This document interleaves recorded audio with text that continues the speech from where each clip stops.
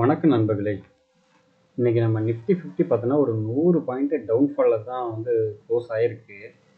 ஒரு மிகப்பெரிய இறக்கங்கிற மாதிரி சொல்லலாம். ஏன்னா பார்த்தீங்கன்னா இந்த 25,200 நல்லா பிரேக் அவுட் பண்ணி கொஞ்சம் மேலே ஏறிக்கிட்டே போயிட்டே இருந்தது.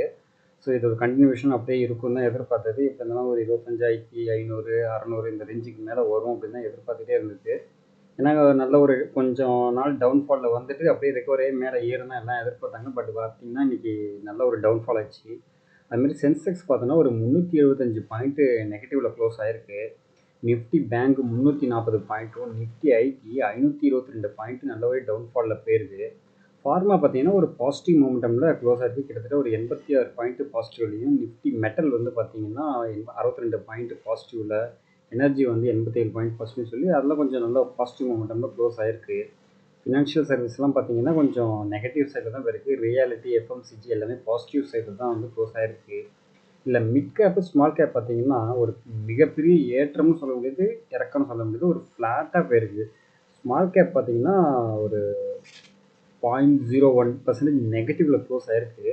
அதே இது மிட் கேப் பார்த்தீங்கன்னா 0.05 தான், ஒரு 0.1 கூட கிடையாது. அந்தளவுக்கு ஒரு இதில் பாசிட்டிவான இதில் க்ளோஸ் ஆயிருக்கு. பட் ஃப்ளாட்டாக இருந்திருக்கு. சொல்ல போனால் ஓப்பனாக சொல்லணும்னா ரெண்டுமே ஃப்ளாட்டாக தான் இருந்தது. ஒரு பெரிய ஏற்றமும் இல்லை, இறக்கமும் இல்லை. மற்றபடி மற்ற இண்டிசஸ் எல்லாமே லார்ஜ் கேப் ஸ்டாக்ஸ்லாம் பார்த்தீங்கன்னா நல்லாவே ஒரு வச்சு இறக்கி விட்டுட்டாங்க. இன்றைக்கி ஒரு மிகப்பெரிய டவுன்ஃபால் மாதிரி தான் இன்றைக்கி போயிருக்கு. இன்றைக்கி சொல்லப்போனால் இன்றைக்கி நிஃப்டி 50ல் டாப் கெய்னராக யார் இருந்தது பார்த்தோம்னா டாடா கன்சியூமர் தான். கிட்டத்தட்ட ஒரு 2.25% பாசிட்டிவ் மொமெண்டமில் க்ளோஸ் ஆயிருக்கு.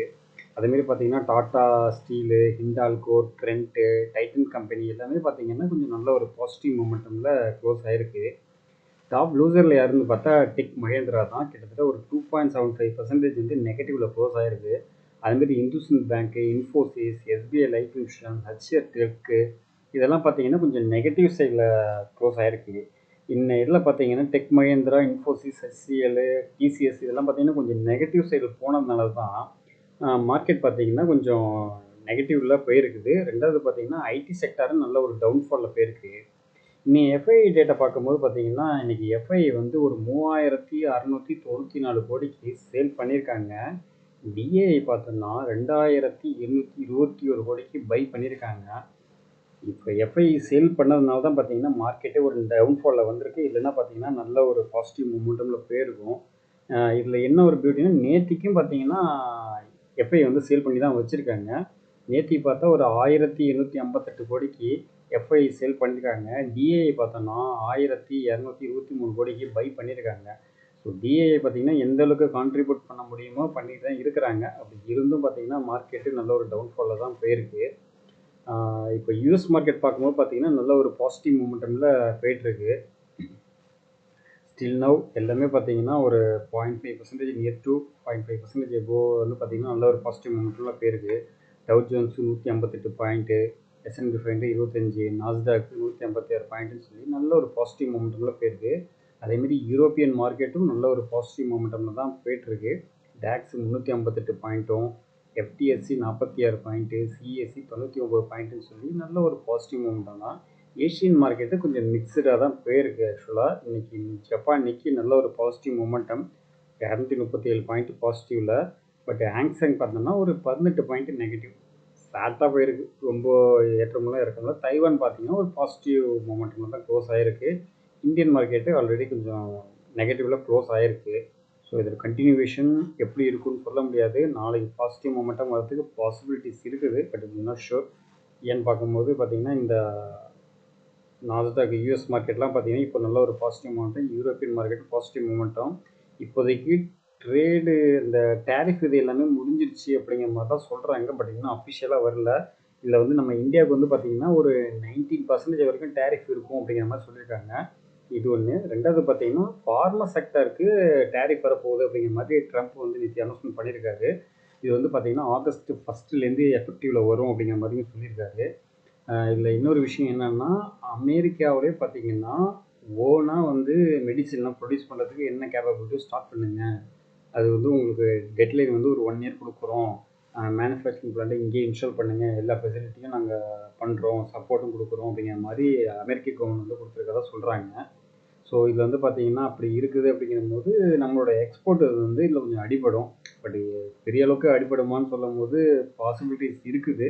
ஏன்னா மோஸ்ட்லி பார்த்தீங்கன்னா நம்ம இந்தியாவிலேருந்து அதிகமாக சேல்ஸ் மெடிசின் எல்லாமே சேல்ஸ் ஆகுது எங்கன்னு பார்த்தோம்னா அமெரிக்கா தான். அமெரிக்கா, யூரோப்பியன் கண்ட்ரி இதில் தான் அதிகமாக போயிட்டுருக்கு. ஸோ இதில் ஏதாவது ஒரு அடிபடுறதுக்கு பாசிபிலிட்டிஸ் இருக்குது. ஸோ நம்ம கொஞ்சம் வெயிட் பண்ணி பார்ப்போம் எப்படி நடக்குதுங்கிறத.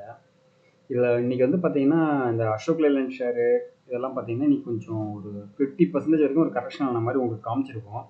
அது என்னன்னு பார்த்தோம்னா போனஸ் வந்து அறிவிச்சிட்டாங்க. அது வந்து 1:1 ரேஷியோவில் கொடுத்துருக்காங்க. ஆக்சுவலாக டேட் வந்து பார்த்தீங்கன்னா எக்ஸாக்ட் நேற்றுக்கு தான் 16ஆம் தேதி தான் சொல்லியிருந்தாங்க. அது வந்து ஆல்ரெடி ஸ்ப்ளிட் ஆகிருக்கு நேரம். ஸோ அடுத்த ஒரு 2-3 டேஸ்க்குள்ளே பார்த்தீங்கன்னா உங்களுக்கு வந்து எவ்வளோ ஷேர் வச்சுருக்கீங்களோ அப்படியே அதே இது ஷேர் வந்து இன்னும் உங்களுக்கு கிரெடிட் ஆகும். சொல்லப்போனால் உங்களுக்கு 10 ஷேர் இருக்குன்னா இன்னொரு 10 ஷேர் எக்ஸ்ட்ரா ஷேர் வந்து உங்களுக்கு கிரெடிட் ஆகும் உங்கள் அக்கௌண்ட்டில். ஸோ இதை கொஞ்சம் மானிட்டர் பண்ணிங்க. அடுத்தது இப்போ HDFC பேங்க் வந்து பார்த்தீங்கன்னா புதுசாக ஒரு நியூஸ் ஒன்று கொடுத்துருக்காங்க. போனஸ் இஷ்யூ பண்ண போகிறோம் அப்படிங்கிற மாதிரி சொல்லியிருக்காங்க. ஐ திங்க் 19 நினைக்கிறேன். ஜூலை 19 ஏதாவது சம்திங் டேட் சொல்லியிருக்காங்க. இந்த இதில் மீட்டிங் வைக்க போகிறோம். அதில் என்னென்னு நாங்கள் டிசைட் பண்ணி சொல்கிறோம் அப்படிங்கிற மாதிரி சொல்லியிருக்காங்க. இது வந்து பார்த்தீங்கன்னா கொஞ்சம் பாசிட்டிவ் நியூஸ் மாதிரி தான் தெரியும். பட் என்னென்னா HDFC பேங்க்கில் கொஞ்சம் இஷ்யூஸ்லாம் போயிட்டுருக்கு. அந்த HDFC வந்து பிஃபோர் ஃபினான்ஷியல் சர்வீஸ் வந்து இவங்களோட மெர்ஜ் பண்ணாங்க. அதுலேருந்து பார்த்தீங்கன்னா இவங்களோட இது வந்து கொஞ்சம் டவுனாக தான் போயிட்டுருக்கு. HDFC பேங்க்கோட இது வந்து க்ரோத் வந்து அந்தளவுக்கு பெரிய அளவுக்கு இல்லை. ஒரு பேங்க் எஃப்டியோட பார்த்தீங்கன்னா இவங்களோட ரிட்டர்ன் வந்து ரொம்ப கம்மியாக தான் இருந்தது. இப்போ ரீசெண்டில் இந்த லாஸ்ட்டு 1 இயரில் மட்டும்தான் நல்ல ஒரு க்ரோத்தே கொடுத்தது. இப்போ தான் ஒரு 2000 கொடுத்துருக்கு.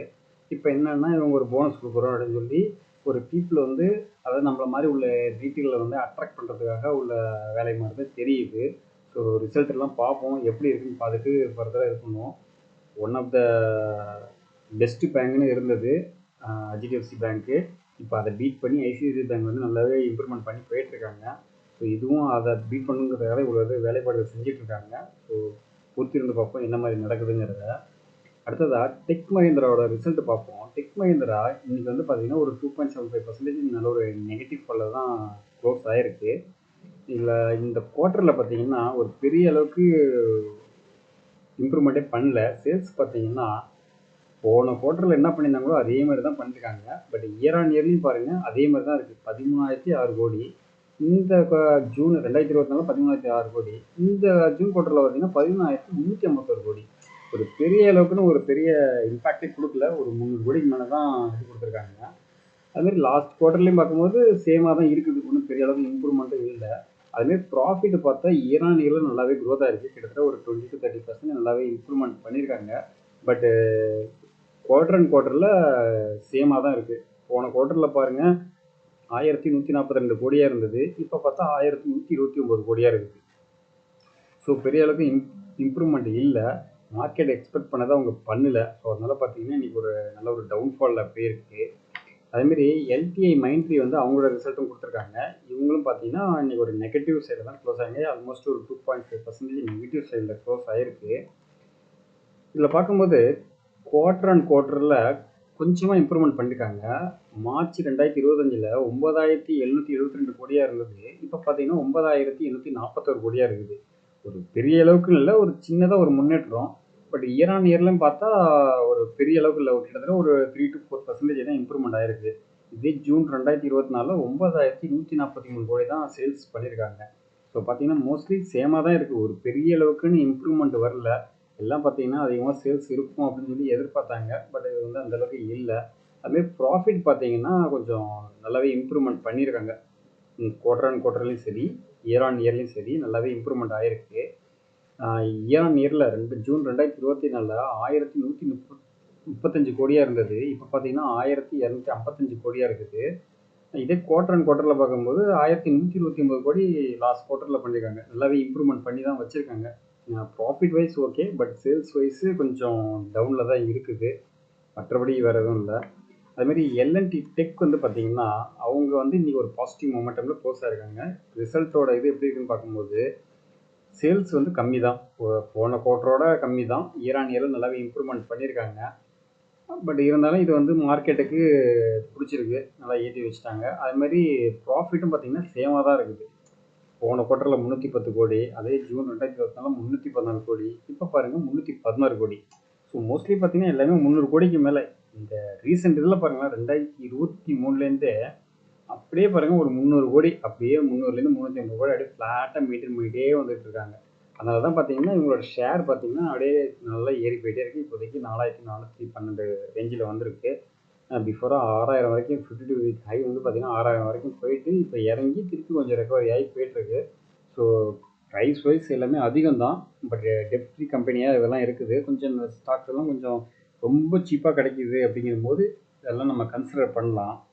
அதுவே பார்த்தீங்கன்னா இன்றைக்கி அதானி வில்மர் வந்து பார்த்தீங்கன்னா இன்றைக்கி ஒரு அப்பர் சர்க்யூட்டே ஆயிருக்கு.